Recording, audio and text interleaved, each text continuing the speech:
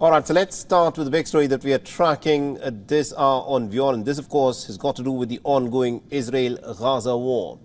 Now, the Iran-backed Houthis have announced the fourth wave of escalation. The rebel group have now said that they will target ships that trade with the Israeli ports in any area that is within their range. We announced the beginning of the implementation of the fourth phase of escalation as follows. First, the targeting of all ships that violate the ban on Israeli navigation. Ships that are heading to the ports of occupied Palestine in the Mediterranean Sea in any area that reaches our hands.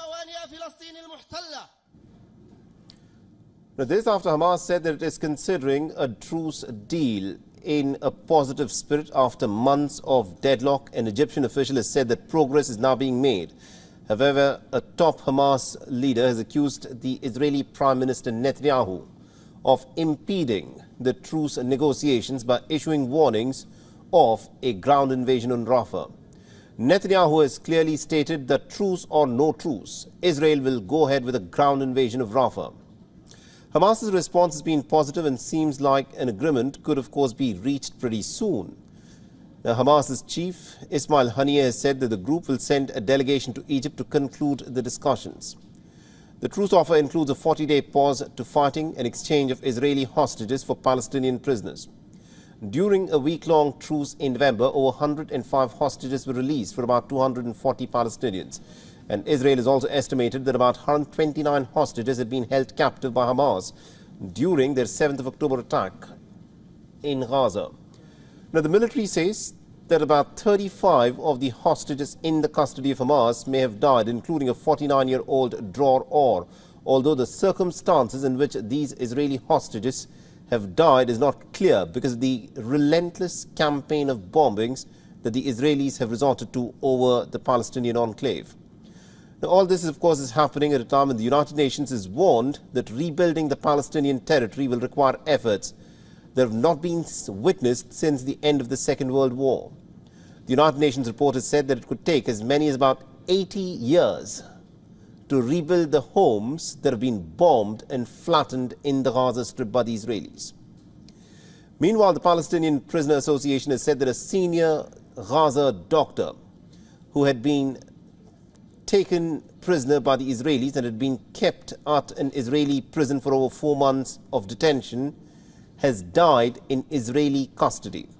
The death of Adnan al-Bursh, the head of orthopedics at the Al-Shifa hospital, has been termed as an assassination. The United Nations Special Rapporteur on Human Rights has said that she is alarmed by Bursh's death. Over 496 Palestinian healthcare workers have been killed, but at least about 1,500 others have sustained serious injuries in the Gaza Strip.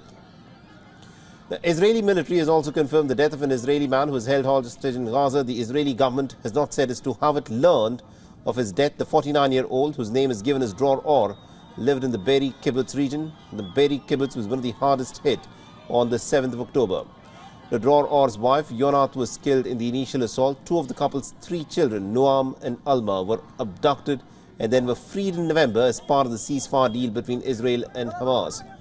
Pressure is now growing back at home on the Netanyahu government, with relatives of hostages calling for an immediate ceasefire and also for an immediate release of hostages to be secured by the Netanyahu government. But the Israeli Prime Minister Netanyahu has vowed to continue to drag his feet in terms of the negotiations. There have been more air bombings that have been reported on Rafah. Netanyahu convened a war cabinet meeting on Thursday to discuss a potential Rafah invasion, while Syrian Defense Ministry has confirmed that 8 soldiers were injured in Israeli strikes near Damascus. Now, Israel has also struck a government building that was reportedly being used by the Iran-backed Hezbollah since 2014 on the outskirts of Damascus. For all the latest news, download the WION app and subscribe to our YouTube channel.